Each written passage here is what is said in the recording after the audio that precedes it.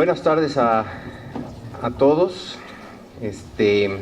Quiero agradecer la aceptación de Científica Cena por mi participación, y sí es una pena que la doctora Lourdes Arriaga no dé su presentación, porque verdaderamente se lo perdieron. Pero para no generar mucho más expectativas y evidentemente guardando las diferencias, no vamos a presentar los resultados de la doctora Arriaga, porque pues nadie como ella para presentarlos. Lo que planeamos la doctora Lourdes Arriaga y yo es presentar un poco un tema que es fundamental en la clínica, que es la sepsis. Entonces, nosotros en el Hospital de Especialidades, aquí, como verán, somos vecinos de esta unidad de congresos.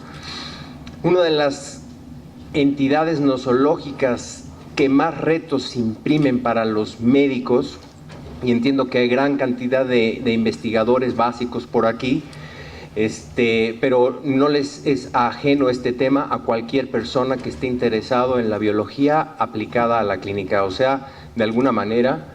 De ahí el título de molecular a lo clínico, que es fundamental. Bien, poniéndonos en contexto rápidamente y no entreteniéndonos mucho más, en cuanto a sepsis sabemos que 50% de los casos se empiezan a presentar en mayores de 65 años. En este caso, la recuperación completa solo es del 50%. Para que empecemos a ubicarnos la importancia de esta entidad en los hospitales de concentración, y no solamente de concentración, pero nosotros somos los que estamos viendo los problemas más graves, digámoslo así. Una sexta parte de los pacientes que desarrollan sepsis tienen disabilidad física y cognitiva persistente, esto es, miopatías y neuropatías y trastornos cognitivos serios. Esto no se había logrado identificar antes, a pesar de estar siempre con pacientes con sepsis, no se había logrado identificar, ahora sí. Y una tercera parte de los pacientes fallecen en el primer año después de que son egresados del hospital, y 50% de estas defunciones están asociadas a la sepsis. Vámonos situando entonces, es un tema importante. Aquí en esta gráfica quiero mostrar los pacientes que se ingresan, la incidencia va en incremento, y en los puntitos azules son los que egresan del hospital, o sea, finalmente egresan menos de los que ingresan. Nosotros empezamos a estudiar con mucho más entusiasmo, y yo personalmente desde 1990, este fenómeno, la observación, y nosotros entonces, gracias a las publicaciones hechas por el doctor Roger Bond, en 1991, quien es el que acuñó el término de SIRS asociado a sepsis, nosotros reconocíamos que la sepsis tenía una etapa temprana y una etapa tardía, y esto en un lapso de 30 días. Con el tiempo hemos visto que esta fase cíclica ha cambiado radicalmente, y ahorita tenemos una fase temprana, que es en el mismo tiempo, y una fase tardía, que es a 90 días, pero ojo, lo que recientemente cobra mucho más importancia es la fase tardía a años, en donde se empieza a observar incremento en la mortalidad, y esto está asociado a un proceso que se le llama PICS, o inflamación crónica persistente. ¿De qué depende este incremento aparente en la sobrevida y después aumento en la mortalidad?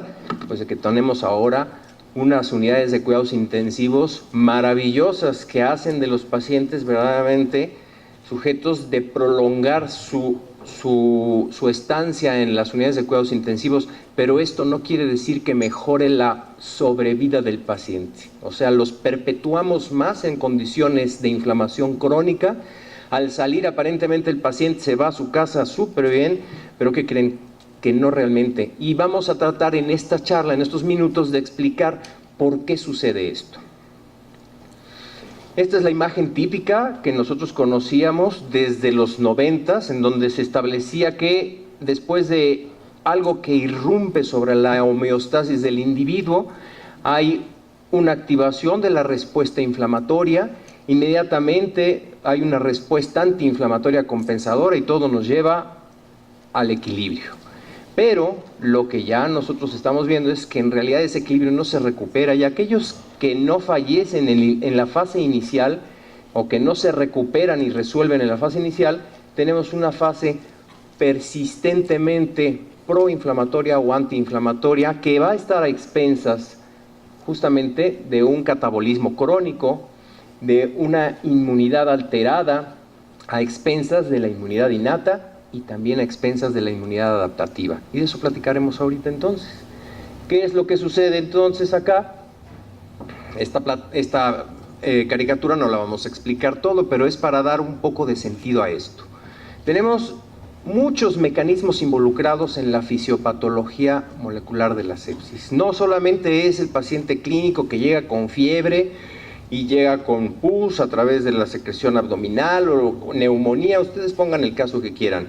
Lo que encontramos nosotros en realidad es que hay una inmunidad innata que se encarga del reconocimiento, activación de cascadas de señalización, que todo el mundo sabe perfectamente de lo que hablo, transcripción de genes que son pro y antiinflamatorios, y que esto nos lleva a la inducción de mediadores inflamatorios. Esto entonces va a dar por resultado a activación de otras moléculas, y es de lo que vamos a platicar. También está involucrada la inmunidad adaptativa, y vamos a hablar un poquito de moléculas que se sobreexpresan en estos casos de gravedad de pacientes. No olvidemos que cada vez cobra más fuerza el estudio de la actividad endotelial, y la actividad endotelial, como veremos muy brevemente, pues activada a través de los mediadores inflamatorios, y es de los primeros sistemas que se activan en relación a una respuesta inflamatoria después de un proceso infeccioso como es la sepsis. Todos recordando, y todos son los expertos en eso, son expertos mucho más que yo, por supuesto. Nada más hablamos de inmunidad innata con el reconocimiento del microorganismo invasor, y esto es a través de receptores de reconocimiento de patrones. Todos saben que los primeros receptores que se estudiaron en este sentido son los TLRs. TLRs descritos que nos van a ir, de acuerdo a su localización, permitir el reconocimiento de diferentes PAMPs, patrones moleculares asociados a patógenos, que esos todos los manejan perfectamente bien. No nos vamos a detener en eso. Luego se reconocieron otros receptores intracelulares, que son los NOTs y los RIGs, que nos permiten el reconocimiento de partículas virales y, por supuesto, de PAMs bacterianos. Esto ya, por supuesto, mucho más estudiado recientemente. Ahora, ¿qué es lo que sucede? Diferentes PAMs son reconocidos por diferentes TLRs y diferentes receptores intracelulares NOTs y RIGs, y lo que sucede entonces aquí es que se activan diferentes cascadas de señalización. El fin de esto es activar factores de transcripción, principalmente interferones para lo que es virus, y factores de transcripción como NF-κB para lo que es la señalización a expensas de TLR2, TLR4.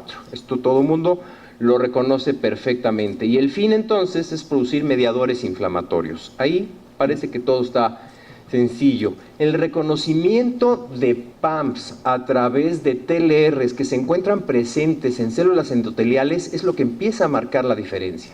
O sea, no solamente es el factor tisular el inicial, digamos, de la respuesta inflamatoria, sino ahora se sabe perfectamente que receptores tipo TOL están en células endoteliales y son capaces entonces de generar estas moléculas inducidas por el reconocimiento de PAMPs por los TLRs, generar la disfunción endotelial, que es clave en todo este proceso que se llama sepsis. Ahora bien, empezamos a tener mediadores inflamatorios, citocinas proinflamatorias, quimiosinas, que de alguna manera a diferentes niveles, como el hígado, por ejemplo, para generar complemento, o el microambiente que se generan por estos mediadores inflamatorios, van a incidir en la activación de diferentes tipos celulares, y de ahí la respuesta que vamos a obtener adaptativa, ya sea respuestas de tipo TH1, TH2, TH17, etcétera, etcétera. Y dependiendo de estas células T, es el desenlace de nuestro paciente o el estatus inmune que vamos a observar nosotros posteriormente. Pero no solamente es eso, no solamente son los PAMPs reconocidos por los PRRs, los PAMs que son productos de bacterias y de virus y de hongos y de parásitos, sino los que se van a liberar a través del daño celular, que son los que van a amplificar una respuesta inflamatoria. De estos que estamos viendo acá, quizá de los más importantes sean unas proteínas intranucleares que se llaman HMGB1, y esto es por nuestro interés, y esto es a lo que nos hemos dedicado un poco más en el área de inflamación de nuestro laboratorio, de la Unidad de Investigación Médica e Inmunoquímica, y por supuesto las proteínas de choque térmico, que también la doctora Wong por aquí, antes me precedió, tiene un trabajo que me interesaría mucho conocer acerca de HCP70. Pues bien, estos receptores, que son los TLRs, también son encargados de reconocer ligandos endógenos, que también los podemos reconocer como moléculas asociadas a daño. De tal manera que son DAMs, como son HMGB1, las proteínas de choque térmico 70 específicamente, también la 60 está involucrada, histonas, los ácidos nucleicos que especialmente se asocian a síndrome de disfunción orgánica, y todo esto es el reconocimiento de DAMs, desencadena la misma respuesta inflamatoria que los PAMs en casos de procesos inflamatorios de origen infeccioso. Entonces, esto para ir armando lo que vamos a hablar en un momento más. Sabemos perfectamente que uno de los acontecimientos importantes de la sepsis es la piroptosis, pero ojo, también mediadores endógenos como HMGB1 son capaces de desencadenar piroptosis. No solamente es a través de TLR5 por la flagelina, que podemos como ejemplo estimar que genera la piroptosis, sino HMGB1 también se sabe que activa a través de después de endocitosis, activar caspasas y desarrollar la piroptosis. Y quizá una de las cosas más importantes de esto es que este fenómeno de muerte celular va a favorecer la liberación de más mediadores inflamatorios que son de la propia célula, o sea, de DAMs. El tema es que empieza a amplificarse la respuesta inflamatoria seguida por los PAMs. También entonces son capaces la HMGB1, la proteína HMGB1, de ser reconocida por TLR2 y TLR4 y a través de NF-κB poder inducir la transcripción genética de más mediadores inflamatorios. Nosotros nos ha interesado HMGB1 fundamentalmente el papel que tiene en la respuesta inflamatoria en patologías no infecciosas como pancreatitis aguda. Recientemente el grupo del doctor Constantino López, que es el jefe de la unidad, junto con Lourdes Arriaga, publicamos un artículo en relación al incremento en las concentraciones séricas de HCP70 con HMGB1, encontrando una correlación inversa muy interesante.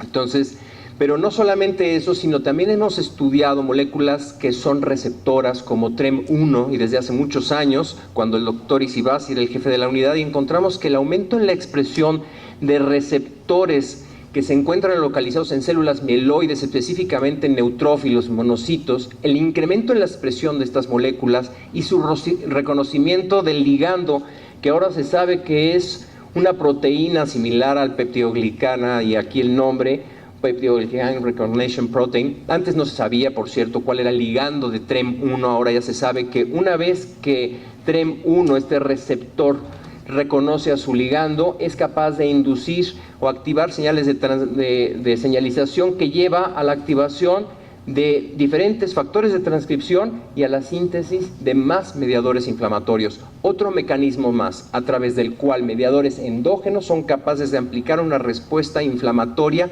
inicial en procesos infecciosos como la sepsis. Ahora, ¿qué consecuencias tiene el proceso séptico en los pacientes en diferentes células? Por ejemplo, a nivel de neutrófilos, altera el estallido respiratorio. No hablaría mucho más de esto porque aquí tenemos una autoridad que está entre nosotros, el doctor Juan, entonces no vamos a hablar mucho más de esto, pero sabe perfectamente que la alteración en el estallido respiratorio, alteraciones en la migración, activación de complemento alterada y la eliminación de las bacterias están alteradas. Hay liberación de NETs, que el objetivo inicial de estas redes que se liberan a través de sustancias que producen los neutrófilos son muy importantes, pero estos mismos trampas extracelulares de neutrófilos que son destinadas a atrapar y eliminar microbios no son tan útiles en procesos de sepsis. En casos de los monocitos hay disminución de la expresión de moléculas de clase 2 del complejo principal de histocompatibilidad, moléculas de R, y esta disminución se asocia con incremento en la mortalidad y por supuesto todos ustedes saben que las moléculas de clase 2 son importantísimas para presentación de antígenos y si no tenemos la capacidad de presentación de antígeno, entonces aumenta la posibilidad de adquirir infecciones secundarias. Esto es importante entonces considerar la disminución en la expresión de esto y por supuesto en relación a los monocitos, la tolerancia inmunológica. Las células, especialmente los monocitos, entran en un estatus de inmunidad deficiente o parálisis inmunológica o tolerancia inmunológica, en donde a través de ensayos ex vivo se ve que las células no son capaces de responder a estímulos convencionales como lipopolisacáridos, etcétera, cualquier otro PAM que ustedes quieran, las células no tienen esa misma capacidad de responder y eso es lo que se ve que sucede en pacientes que tienen sepsis.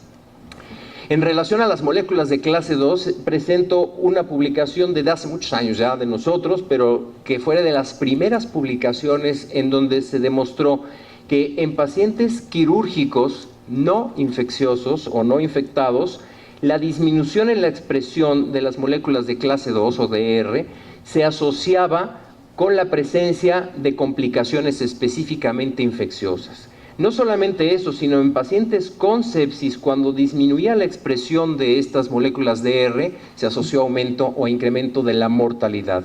Esto sigue estudiándose, hay gente que está, por supuesto, el grupo de la doctora Lulú Arriaga está estudiando esto, hay fuertes grupos en Francia en donde lo estudian y se han encontrado incluso puntos de corte que son muy parecidos a los que nosotros obtuvimos aquí a través de citometría de flujo, en donde se observa que verdaderamente no solamente es una molécula que se asocia con complicaciones infecciosas, sino con mal pronóstico y se puede ir dando un seguimiento de medición y poder utilizar algo para tratar de controlar esto con lo que voy a terminar esta pequeña charla.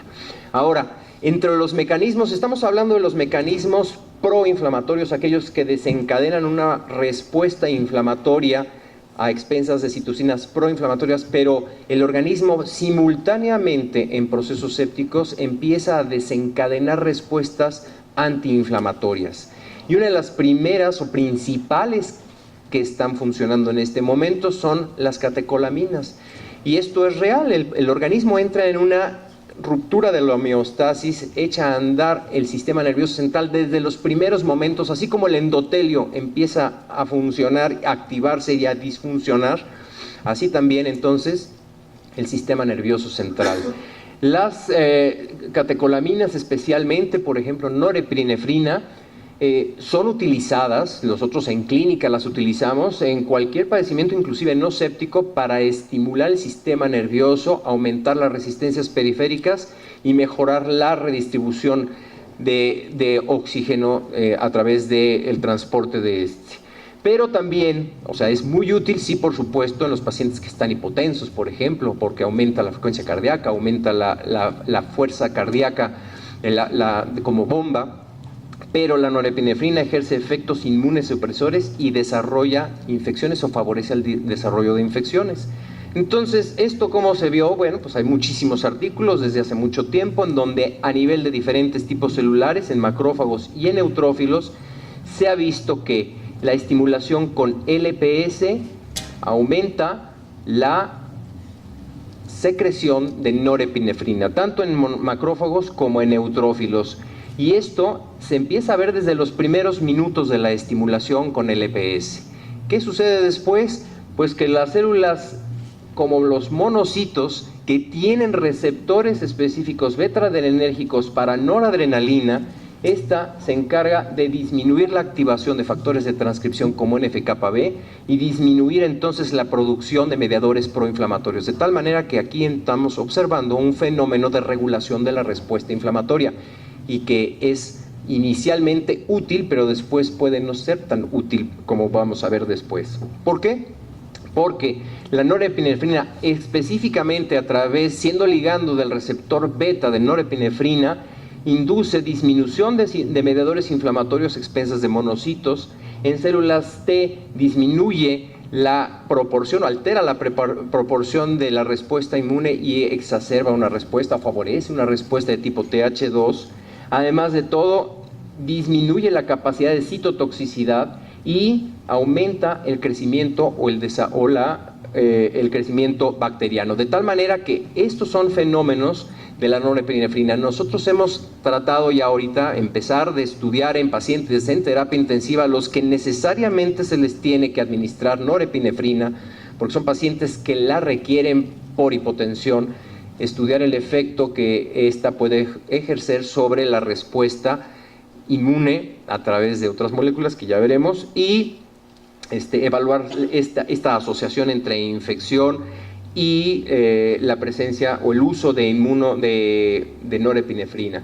Como ven, los glucocorticoides también, que son utilizados en los casos de sepsis, tienen diferentes puntos de choque a través de disminuir la función de las células T, disminuir la función de las células NK, aumentar la apoptosis, etc. No vamos a detenernos mucho más.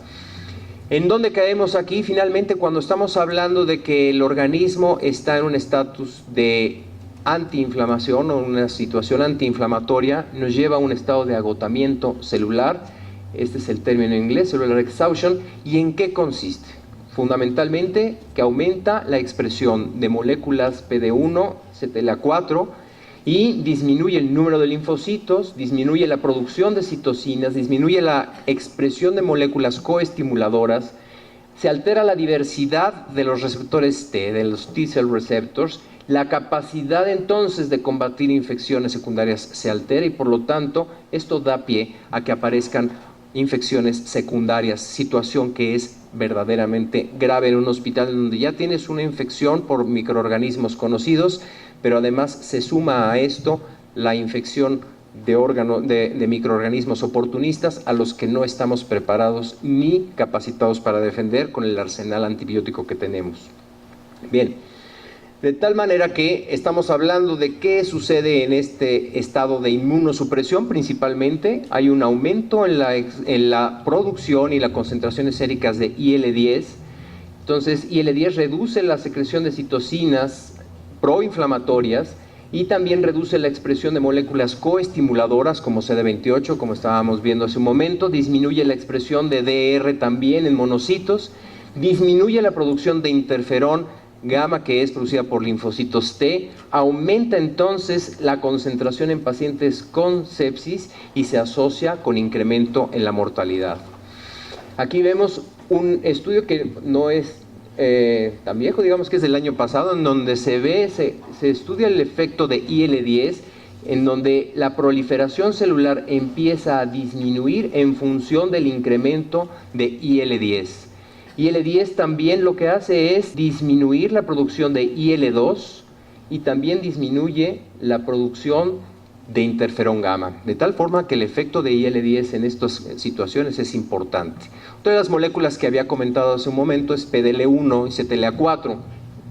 Regularmente nosotros sabemos que el receptor de células T reconoce al antígeno que presentan las moléculas de clase 1, clase 2, en este caso clase 2, y además a través de moléculas coestimuladoras son capaces de activar cascadas de señalización que van en función de la defensa del organismo. En condiciones normales y para regular o tratar de guardar un equilibrio, por eso existen moléculas como PD y CTLA4 que a través de sus ligandos son capaces de regular esta señalización. Esto es en condiciones normales, esto es lo bueno. Sin embargo, se ha visto que la sobreexpresión de estas moléculas que son checkpoints, ahora le llaman checkpoints, inducen efectos negativos. Entonces, vamos ya también para entrar a finalizar esta charla, tenemos unos minutitos todavía, en donde todo este conocimiento actualmente para los médicos y hoy también afortunadamente para muchos de los que se dedican a la investigación básica,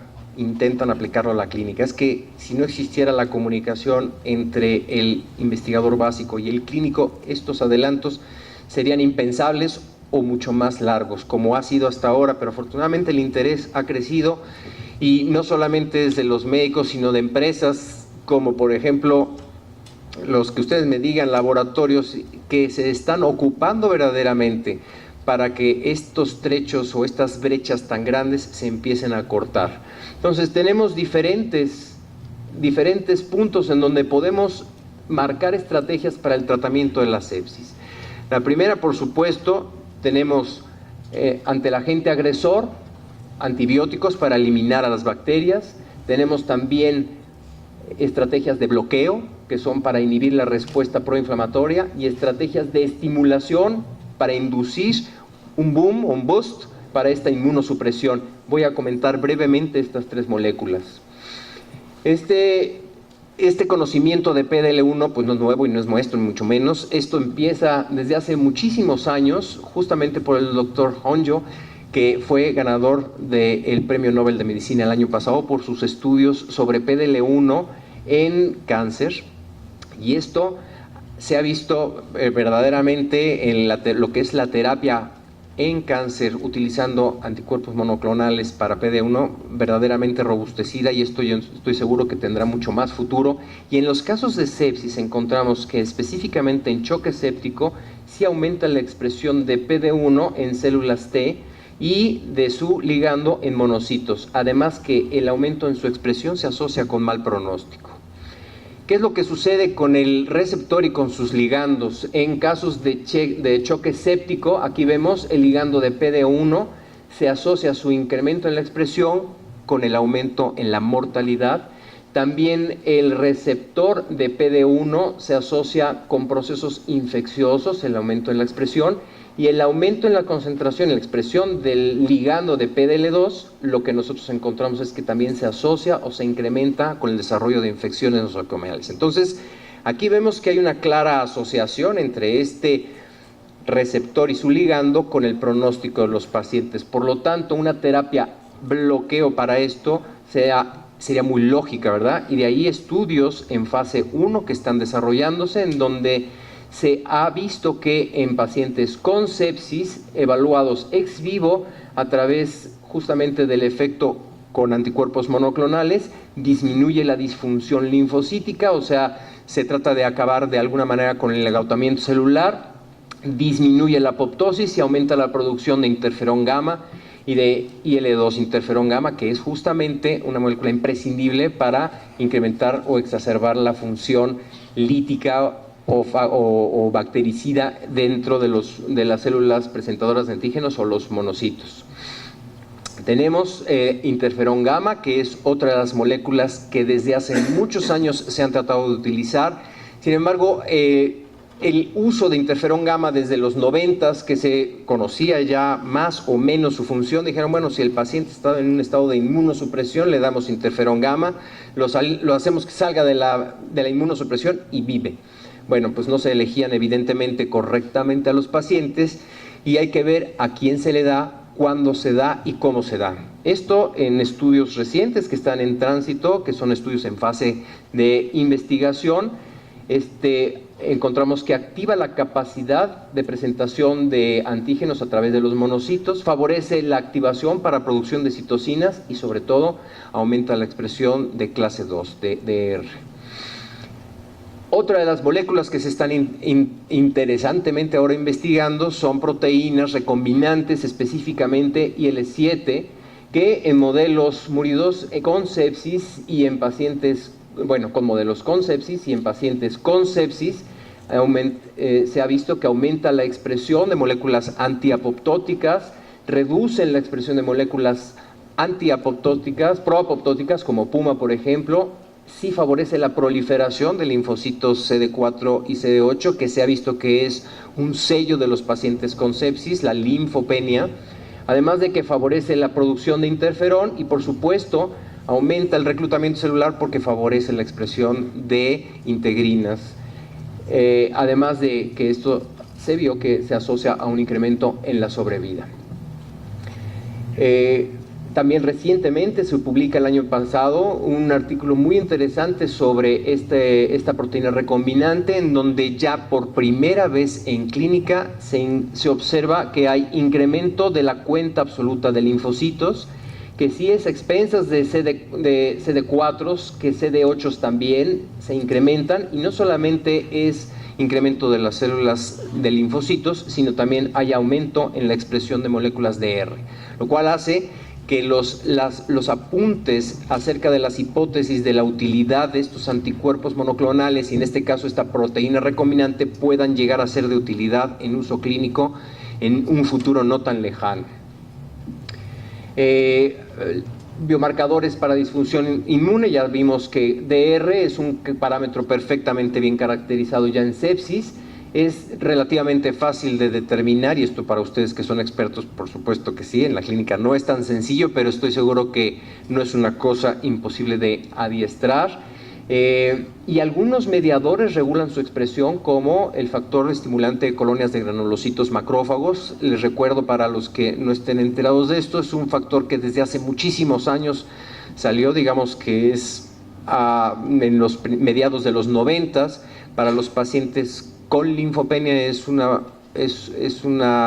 medicamento como el filgrastim, es un nombre comercial, que hace las veces el factor estimulante de colonias de granulocitos macrófagos en linfopenias secundarias a quimioterapia. Se administra y entonces hace un boost en lo que es la población leucocitaria de los pacientes, con beneficios ya demostrados. De tal manera que con este factor estimulante de colonias de granulocitos macrófagos, en 4 estudios randomizados con 158 pacientes, se observó reducción de las infecciones nosocomiales. De alguna manera la presentación de antígenos mejora, o eso es lo que se piensa que hace, mejora el intercambio gaseoso ya a nivel estrictamente en los pacientes con ventilación mecánico asistida, y además esto tiene que ser todavía mucho más estudiado, y un estudio multicéntrico, es fase 3, pero se restringe a pacientes que tienen expresión baja de DR. No se puede utilizar este factor de colonias en los pacientes que tienen DR normal para los fines que se está utilizando. Para concluir, quiero parafrasear la frase de Allison, que es el correceptor del Premio Nobel de Medicina del año pasado, y que también investigó una molécula que ahora se están utilizando proteínas, anticuerpos monoclonales para ella. Llevó desde 1995, cuando se publicó el primer manuscrito sobre CTLA4, hacia 2011, antes de que fuera aprobado este producto, y para utilizarlo en pacientes con cáncer. Como ven, es un camino muy largo. Me gustó esta frase, no solamente porque es de alguien que recibió el premio Nobel en una área que es oncología y que ahora se está empezando a utilizar o a vislumbrar su utilidad en pacientes con sepsis.